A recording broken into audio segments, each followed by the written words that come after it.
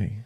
Anything else on that before we go and discuss John 4 and the woman at the well? Do we have time to read it?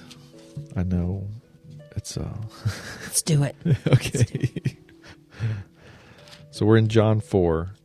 So I'll read until you guys tell me to stop.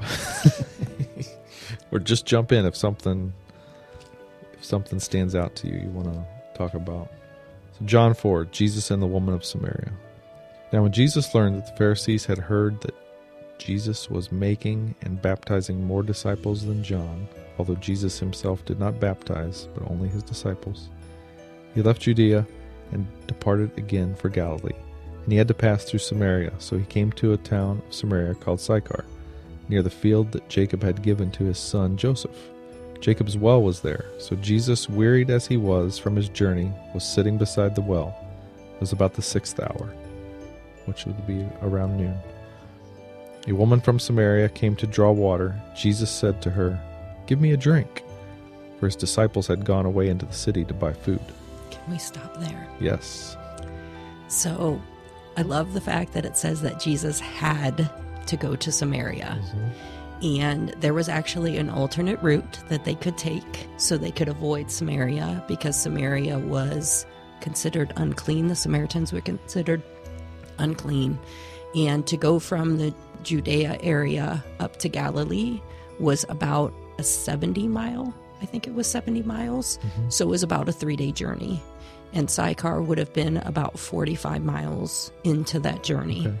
And so you're talking a very long journey, noon, and then it says that Jesus is weary. And I love that, because here you have... His humanness, right? Yes. Yeah. Someone, a God who doesn't sleep, a God who doesn't grow tired or weary. We learn that in Isaiah, right?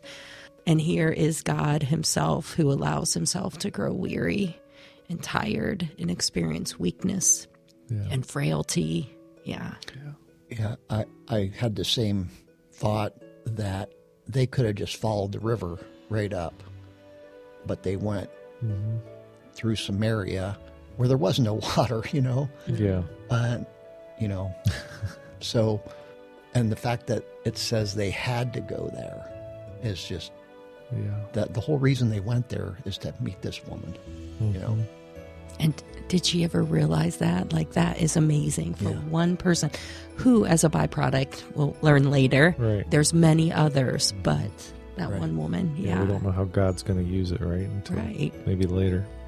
And it's just these two examples. It's, God, Jesus uses women for evangelism, Reading through John, we're getting ahead. We'll get there, but reading through John, this is the first person that Jesus expressly says who he is. And he says it to a woman. Like, it's amazing. It is. And I love, too, and I know this isn't where we're at, but in the genealogy of Jesus, how God highlights the women that were used in Scripture. Right.